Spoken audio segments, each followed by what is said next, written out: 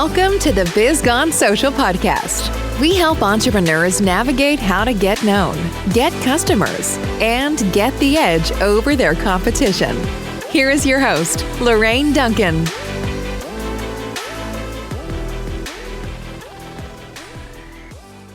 So here we are with episode number 55, and I'm so glad to be here.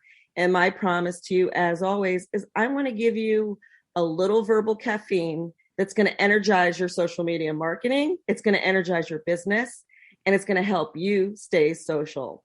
After all, don't you want to be the business that everyone's talking about? Because I know I do.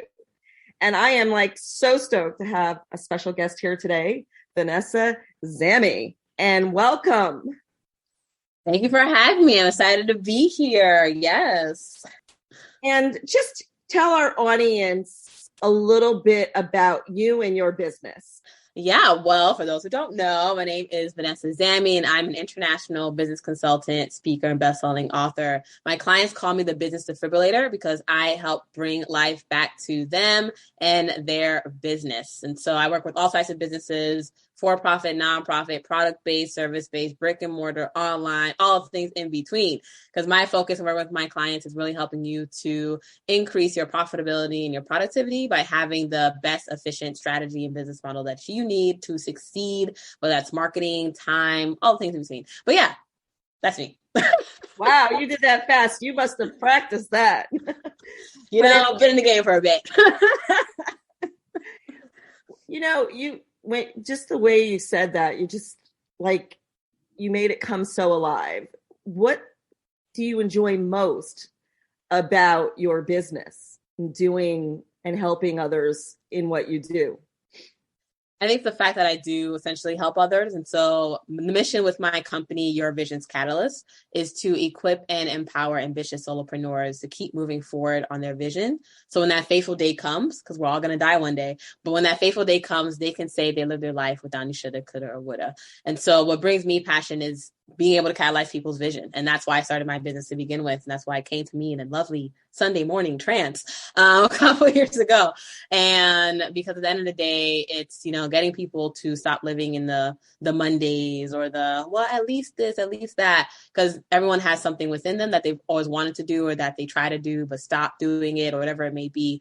And I truly believe that anyone can, especially in this world of, at least it's in America. I don't know about any other countries. Definitely in America. So I do have clients in other countries too. But I know for certain in America that, America runs on business. It doesn't run on Dunkin', contrary to East Coast belief, but it runs on business. And so with that being said, being able to help people move forward in their vision and really at the end of the day, I find it so powerful when it's when I'm able to make the CEO / my clients feel better about their business, right? It definitely also permeates into their life, right? And people around them also see that and they also realize that. And so it's really also helping that person, I like to say I'm in the business of happiness, but helping that CEO be happy, which then helps everyone else around them be happy too. So yeah.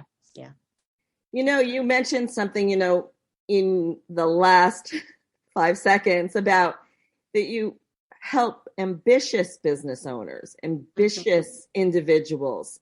And what comes with the ambitious individuals is that perfectionism.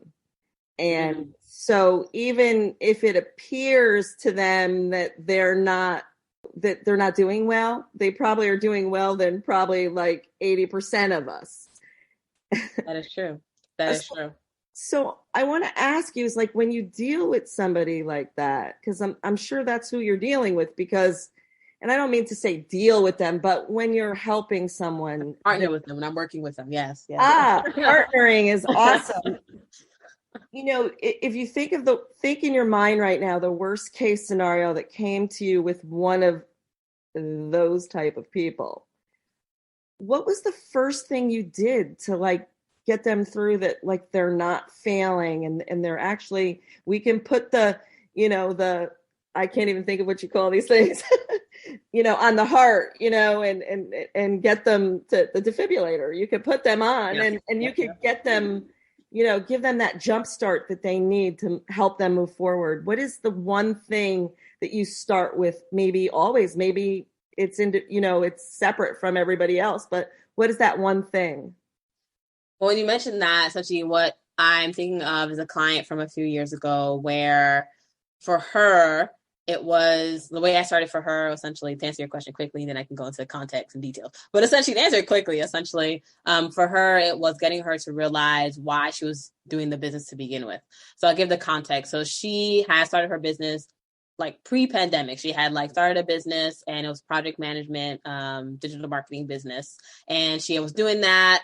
And she had been in corporate America as well, too, for the past like 15 years or so, and decided to get this business going at the same time. And then, she got overwhelmed. And so she stopped doing the business, stayed with corporate America. Pandemic happened. She saw people getting fired. And she was like, ooh, let me get back into my whole business thing again, just in case. So she picked the business back up again. And then 6 months later, she then reached out to me. And because what happened was that she had reached a point where she was getting overwhelmed again, right? And was going to quit again, right? And so we hopped on the phone and literally she's like, yeah, Vanessa, I didn't do any marketing this past month. I'm just going to like wrap up with my current clients. And, I'm just gonna pretty much someone who's pretty much gonna quit their business, right? And just let it phase out was really what the route that she was on. And I remember so I already knew the answer to the question because we had already had like an onboarding call. So I already knew what the answer to the question was. But essentially I asked her, so why do you want this business to happen? Like, why are you in this business, right? And I already knew the answer to the question that she had given me a few weeks prior. But getting her to say it for herself, right? She said the same exact answer. She was doing this to show her kids and her daughter. So she had twin daughters at the time in preschool. So she was also dealing with the whole, virtual school stuff as well too, and a mother and, working in corporate, all that jazz. And she had said, the same thing she told me a few weeks ago in terms of, I'm doing this business so I can set an example for my kids of what else is possible. Like, yes, they can do corporate, but look, they can also do entrepreneurship, right? And getting her to like say that and describe that. And it was one of those things where in that moment, right, I think a little bit of her got a little bit more of the hope and belief that she needed to keep moving forward. And then from there, I was able to take that discussion and then really just sort of hone it in and give the strategy side of it and the tactical of like, okay, now you want to move forward and here is how, right? But first getting her to realize that she actually didn't want to quit, though she may have felt like quitting. And it was just like a momentary situation. But essentially that was pretty much like what I did there, right? It's really getting her to understand like why she was doing it to begin with. And the beauty of it is that, like it was 6 months afterwards, was looking at things, et cetera. And 6 months afterwards, her daughters came to her and were like, Mom, we want to do a lemonade stand for the summer, right? So now it's like they already had the entrepreneurship gene now coming into their mind because they're seeing this. So it's like she's like accomplishing that which she, has set out to do with her business. And a lot of time with my clients, I like to say they're ambitious, and it's their ambition in terms of they're also, I call them change makers. And so people who are looking to make a change and an impact in the world. So it's not just about, I just want to do some money on the side. I just want to like do a second house, but it's like really, I want to grow my business in order to make a difference in my community, city, state, country, world. And at the end of the day, for her, she's also like, she's doing a business example for her kids, but she also at the same time knows that she has a beautiful skill that she can help, small businesses with and to get them moving forward too. And so, yeah, in summary, that's what I'd say there. You say a very important thing here. You talked about, I think, what most entrepreneurs and business owners skip this step is like they go on to a trend. Oh, it's trendy. Everybody's doing their own business. And they really actually don't have a why. And in any program that I've ever done, and I don't know of any that I've done that didn't have this component of it, but we talk about our why.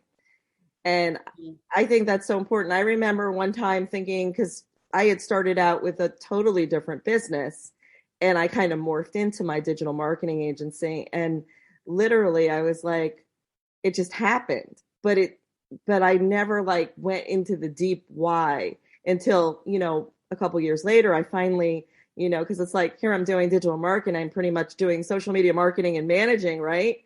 Well, like, what does that do? It's not like I'm running a nonprofit that's going to help little starving children or, and because that's, this is, you want to put some kind of meaning to it. Mm-hmm. And I discovered 3 whys, and I'm not going to go deep into it at all, but, I had this thing called an altruistic why. I had a selfish why. And I think and then I also had an intrinsic why. And the big key thing with all that is that the selfish why, it's easy to do that altruistic why and that intrinsic why, but that selfish why. And I came up with, for me, is my business, having my business allows me the freedom to do the things that I love to do with the people I love. Mm-hmm. And it's very much the same as your client there, because she, it was all about her children. And, so, and then you could go deeper, and then you can go broader. Well, what else do you want to do with your business? Who do you want to work with? And then you go into, like, later on, you're going into your ideal clients and stuff like that. But here's my question is, so, once you've discovered, I'm assuming that a lot of people that come to you may not have a why. I'm assuming. I could be wrong, but I think that they just, or never really thought about it to, like, really have an impact on them as an individual. And so with that being said, what do you think, what if they can't grasp that why? Then what do you do? There are the people who come to me and the people I work with, right? The people I work with, I'll have a why to them. And that's part of, like, so I have my whole weekly show called Entrepreneurship is a Marathon, and because it is a marathon, right? And so I don't work with people who think it's a sprint. And the people who generally already know that it's a marathon are the people who do have that why, and they understand why they're doing what it is that they're doing. And so when they come to me on the phone and we're connecting, we're seeing if we're fit to partner together, I'm definitely looking for, how's that person describing their business? Do they, like, maybe there's some level of them that they're not maybe confident in it, like confidence is a whole nother story, but is there a level of, they want to do this not because they just saw it on a newspaper and they were like, I think this could work, or like, or their friend told them something on the side and they're like, I think I can do this. But something that's, pretty much everyone who comes to me, or everyone I decide to work with and we decide to partner together, essentially it's more so they do have that why. They do have an understanding of, I'm building out this, new software. I'm like one of my clients, right? She's building out this new software in order to help the artist community because she's really passionate about that in terms of her friends, et cetera. I can't say too much. It's a patented thing. But yeah, another one of my clients, she is working on her business in order to, she has more the selfish why is more in order to, which is great. I tell people you need to be selfish. That's a whole nother story though. But for her business, it's more so that she can, move to Costa Rica and like paint all day and like get her space to like do that, right? Another client where she's looking to revamp the education and literacy system in California. Another client where she wants to ensure that all young girls feel beautiful in their skin, right? And through her products and through the other content that she posts, et cetera, right? Another client where she's been in business for 13 years, brick and mortar store, but she's all about helping people represent their authentic selves in their homes at affordable prices, right? And so that's her why, right? And so, but now in the future, now we're working to get her to think about, the selfish why of, okay, retirement with her husband and grown kids and all that stuff. But essentially, with that being said, everyone does have their why when they come to me. Now, let's say someone doesn't have their why, and we're hopping on I do like intro calls with people. I call it like underwhelm your overwhelm business session. It's a free session. We connect for like 20 minutes and I see essentially what is happening, what are they wanting, et cetera. Usually people come to me and they have a why. Someone doesn't have a why. I'm thinking about just, I'm thinking through instances. This hasn't happened like in the past like 8 months. But I'll say before then, there were some people who came to me without the why. And those people I knew were in a fit for me to work with them. And so what I then direct them to is I have like a course that I'm like, it's literally called Focus Your Intention. So I'm like, here you go. It takes less than an hour. Do the activities, figure out your intention. Actually, I remember I had like a sales team of 3 people at some point, and one of them I noticed wasn't really like performing or doing the work. At some point, she's kind of lackluster, and I approached her. I was like, "Okay, I'm seeing that it seems like what do you want to do? This, what do you want to do? Like, let's figure it out." And she was like, "I just don't know, actually." And I was like, "Okay, cool. So here's this little mini course called Focus Your Intention," right? So I was pretty much like coaching my team, but at the end of the day, it's like, I'm like, here's this course. Here's this in 1 hour, focus your intention, sit down, concentrate, right? Or depending on where the person is, I'll refer them to like a life coach that I know, a career coach that I know, whatever it may be. But I'll get the person the resource that they need in order for them to really figure out what their why is. And so, because some people, they already know it, but it's like accepting it. And so sometimes for some people, I'll stay on the phone with them for like an hour and it's just like, okay, let's get you to accept your why. Because I believe that everyone Everyone, Lorraine, everyone knows what they want. They just may not be willing to accept it, but everyone knows what they want. Everyone has an idea. Everyone has a dream. Everyone has they look into a magazine and they're like, man, I wish, right? Or they look at someone else's life and they're like, man, I wish. Well, whatever it is that you're wishing for is something that you actually want. Now it's just a matter of, are you willing to accept that and acknowledge that and put that out into the universe and then put in the work to then realize what it is that you actually want, and to make it happen. But everyone knows. Yeah, I always say to people, be careful what you wish for because you just may get it. And it's like, oh, now I get it. Now I have to do the work. Scary. Yeah. But no, we just in the last 10 minutes, we got to see a little bit of the behind the scenes with you, how you do work. And it seems like you could really get people to the next level. One of the things that I do want to ask you is because even in what I do, I started out as a business coach. So, after I left my job at the hospital, I started out as a business coach and I morphed into my digital marketing agency. Mm-hmm. And what I want to ask you is, you get a lot of people, you're there, you're doing the work and you're quite successful. And all of a sudden you feel that it's like, it's a burnout. It's like, you just don't have any more. It's kind of like that marathon when you're at mile 17 after you just ran the hill of hell. Okay. You're at mile 17 and your legs turn into rubber. I mean, and for those of you who ran a marathon, you know exactly what I'm talking about, because I know what that mile 17 was like. And you just almost don't have it in you. What I was going to say is, how do you get them from that burnout? How do you get them? I know what made me finish the marathon is I had a reason. So that why is very important. Yes. I only work with people with the why because I know how important it is. Yes. So, I mean, do you always just bring them back to that why to push them to get the next 9.2 miles in? No. See, that's where that would be if I was just like a coach. But I'm a consultant for a reason. The reason why I'm a consultant is because I provide recommendations and tactical strategies and tips for my clients. So you get them to take action. Yes, exactly. And I give them recommendations on the action to actually take. And so it's not just about motivating you rah-rah to take action, but it's definitely because business is 80% mindset, but it's also 20% strategy. And so that is in terms of getting someone. So there's two parts of it, right? There's you're at burnout, right? So then it's how do you continue with your why? But let's say you're at burnout, because I'm thinking of a current client where she literally came to me. At the time that she texted, she sent me a Facebook message. She was like, Vanessa, I'm ready. I'm so overwhelmed and da-da-da-da-da. And oh my goodness. Right. And so she was at the point where she wanted to continue her business, but she just didn't quite see how to, because everything was just hitting her and she was getting overwhelmed and she was approaching burnout essentially.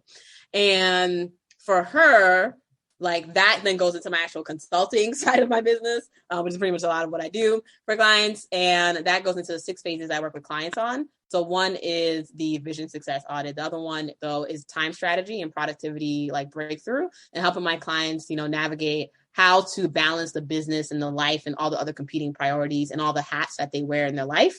The third piece then is on marketing. And so getting them to become more efficient with their marketing strategy. So getting them to understand, what maybe paid ads may not be the route. Maybe it is the route. Or, oh, you're doing a paid ads by yourself? That's not smart. Here's an agency for you to work with. Or or getting them to really understand, pricing or packaging, whatever it may be that they need further support on. For my client, a big part of what we did was a little bit of that. So I helped her. She has her older daughter serving as sort of the chief marketing officer for her business. And so I did a whole conversation with her daughter on marketing and content strategy. And that was great. But a big part of what I also did with my client is that phase 4 piece was team delegation. So understanding, okay, you're burned out, but what are you doing that is leading to this burnout, right? What is all this? You're overwhelmed, but what are you doing that's leading to this overwhelm? What are all the tasks and activities that you're actually taking care of? And then do you actually need to be taking care of it? And so helping my clients with like navigating, outsourcing, delegating, being great leaders, understanding their resources and being resourceful so that they can be efficient and still handle what it is that they need to handle. So it was a lot of like connecting her with different people and resources, getting her to, you know, be more efficient with her process of how she was sourcing products and, you know, making the inventory happen and all that jazz. And then phase 5 is then on financial management as well, helping people become more profit focused, help my clients become more profit focused. And it kind of goes into a little bit of what you had mentioned a little bit earlier about how, you know, ambitious people tend to think that they're doing bad and then they're actually doing good. And so sometimes it's because people aren't looking at the money. They're not really looking at the money. In their minds on a day-to-day, they're like, I don't have enough to pay this bill. I don't know to pay this bill. I remember this exercise with one client and I told her, just list out all the expenses that you have, right? And she listed out the expenses and she realized, but once she listed out all the income, she realized she was actually making a lot more than she thought. And then she listed out the expenses and she realized that she was paying for something that she could have just like done on Google Form for free. That she was paying like a couple $100s a month for something that she could have just like done on Google Form for free, right? And so, which then now further increase her profits. And then phase 6 then goes into the systems and processes to help navigate all the other stuff so that we avoid approaching burnout yet again. And so a lot of what I do with my clients is really helping them to map out the business that's going to fit with their life. Because at the end of the day, what I tell everyone, you are the core of your business. And so if you cannot show up, like you are the one that's running the race. So if you are not the one, if you are not like showing up and running that race, like no one else is going to run the race for you, right? No one else is crossing that finish line for you. And so at the end of the day, you need to ensure that you're showing up as best as you can so that you either your team can show up as well, because they're not going to show up if you don't show up. Best believe. You are the leader. So if you don't show up, they're not going to show up. They'll be like, oh, I guess I don't need to show up today. And then at the same time, you need to ensure that you are just doing whatever it is you need to do to take care of yourself at the same time so that you can then have the best business that you need to have. Yeah. Before I get on to the next question, I just want everybody out there to note that sometimes overwhelm is caused by things that you're doing that you shouldn't be doing. And I want to say this because this is an easy task. Just sit down. And I always talk about this. You have like the zone of incompetence. You can always delegate out the zone of incompetence. And what that means is that like scheduling a post or sending out an email or loading or yes, all those things can be delegated. So definitely, if you're feeling overwhelmed right now and, you have a thriving business and you're making pretty good income, you want to be able to delegate some of that stuff out.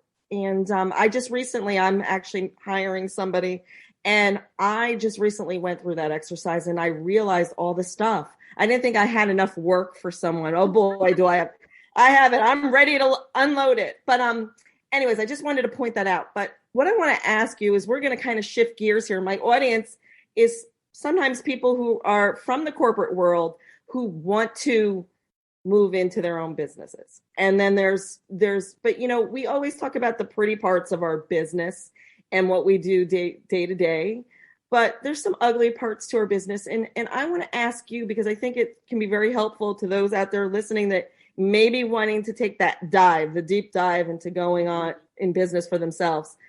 Scary. But no, the bottom line is that what is your biggest challenge with owning your own business? That's a great question. And I don't think I mentioned it earlier, but for those listening, so I started my business while doing my day job.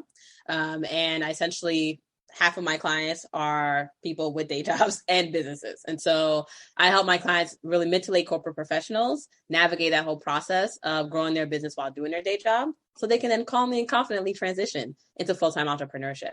So with that being said, in terms of so if you think that you need to quit your job to make it happen, that's false. But then also 2, like all the stuff that I've talked about the past 20 minutes, re-listen to it. And then, because it's also relevant to you too. But with that being said, in terms of what's the biggest challenge of running and owning a business, what has been the biggest challenge for me? And I've since left my day job too. So I would say, I'll talk about, so while I had my day job, I would say the biggest challenge for me was still focusing on my day job because there comes a point in time where you make that shift and you realize that you really just want to do your business full time, but then you're kind of like, oh, but like, am I ready? Like, is the income there? Like, So then you kind of want to spend, like before you were spending more time doing your day job and then like the business on the side, but then your day job becomes a side. And then you're like, So that was the biggest challenge there. But then I would say now full time running my business, what has been the biggest challenge for me? I would say it has been, well, the biggest challenge for me has been on my money mindset. And that's a whole nother situation. That might be a little too there for people. But essentially what does that look like is that I like my background has been like, I grew up like low income, first generation, that stuff, right? Then I entered corporate America. I like my salary started out like 2.5 times my salary my mother will ever make in her life. Actually, my mother was on hourly wages, secondly. So anyways, so that was the whole process, right? So then I made it up to corporate and, reached my 6-figure salary in corporate. And I was like, boop, boop. But then for some reason in business, it's like, my mindset around the money. It's like really, it's very interesting. I don't know what it is, but, or I know little pieces of it so far. I'm like navigating through it, help getting the right people, experts in place to help me navigate what I need to navigate because I'm very efficient and like, sure, I could do it myself. Sure. That'll take like 5 years though. So why would I do that? So with that being said, yeah, so money mindset has been the biggest challenge for me. And so navigating, as you reach different levels in your like business sales and income level, there's always going to be something like that's subconsciously or consciously within your mind or your experiences in life that's just going to just try to hit at you, right? And I realize you guys are only listening, so I'm trying to say the words out loud. But right now I'm putting my punch of my hand punching my other hand, and that's what you're hearing right now. But essentially, it is the money mindset has been the biggest challenge for me, and just navigating that whole process of, like, for example, most recently doing my challenge. So I reached like the biggest month, in my business thus far, and then I find myself saying, okay, I need to not self-sabotage. I'm going to not self-sabotage. And then in the process of doing that, I end up self-sabotaging. And I was like, I started to like, the next month, I started acting differently. Like so my best-selling book is on getting stuff done. Like all throughout my life, people have mentioned just praise my skill of getting stuff done. Then I found myself like not getting stuff done. I was like, what's going on? Spent a good like 2 months like this. And during the second month, I essentially had reached out to a money mindset coach that I had used 6 months prior when a similar situation had happened. But in that case, it was like, yeah, it was always great. I was making money that I wanted to make, and then had the situation that I made more money. But essentially with this case, it was like I had been making the money I wanted to make, and then somehow just like stopped it from coming in. And so then I ended up going through like a whole like session, like money mindset session with someone, one-on-one. I love one-on-one work. And so, yeah, but then now it's like, we've like overcome that. Well, not overcoming. You never like quite overcome, but I'm in the process of overcoming that. I'm doing a 40-day prosperity plan. I'm like, have my own subconscious reprogramming thing that's tailored to me. It's beautiful. It's great. But that has been the biggest challenge for me is money mindset. And the thing is that it's going to keep on, as I continue to achieve higher levels of income in my business, it's going to keep on being something that's going to probably come up. And I'm like, I'm okay with that. I know how to handle it. But it's, yeah. So essentially that has been the case. And for me, it really came in the form of, I was like, reached the level of like, oh my goodness, now something is working, right? I don't want to mess it up. And so I was like, let me not do any more new things because I don't want to mess it up, because I don't want to fail, because then, I'm going to go back to where I was, etc. Right? And had this whole false belief there. But yeah, but I would say it's you get comfortable with failing, and then you just like stop getting comfortable with failing because you get comfortable with comfort. And then that's what was happening with me. And now I'm like getting back into getting comfortable with failing. So yeah. Nice. So I could just think about my own journey. And, I like to say being an entrepreneur is a journey rather than a marathon for me, because I finished the marathon. My business has morphed into so many different personalities and different phases. And it's going to happen. It's going to happen, and you mentioned in that brief 50 seconds about maybe it was a little longer, but maybe 2 minutes. But you mentioned this whole, mindset and the money mindset. And if you're like, for me, I'm a baby boomer, and, my parents were people who had the lack mentality. And even though we were doing fine, it was always, I'd ask for something because I always asked. They would say, well, money doesn't grow on trees, which I always thought was stupid, because I'm like, when I was like 5 years old, I'd be like looking at the trees and I'm like, well, that's obvious. Leaves grow on trees. And it just really, but that phrase saying over and over again in your head, when I caught myself when I was raising my kids saying the same stupid things, and then I worked on that. And so if they ask for something, if I had the means to give it to them, I would. If not, I would say, hey, you know what? At this point, I don't have the money right now, but you know what? I will. We'll do this. So it always taught them that even though you don't have the means now, we will get the means to do it. And I think that's the same thing with business. There's going to be times, there's going to be famine. The bottom line is that money mindset is going to come up, And so here's the deal. I am like, we could talk for hours. I mean, I absolutely love talking with you, Vanessa.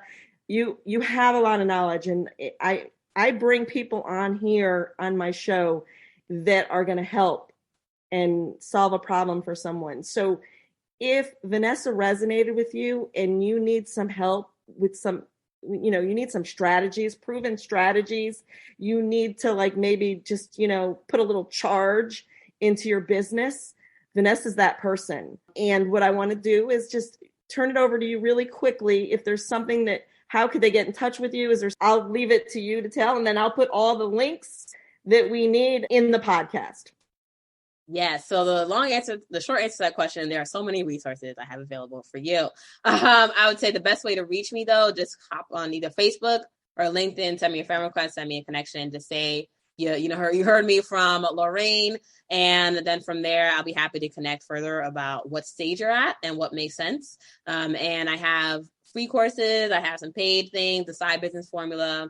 I have a, marketing success masterclass, a bunch of different things.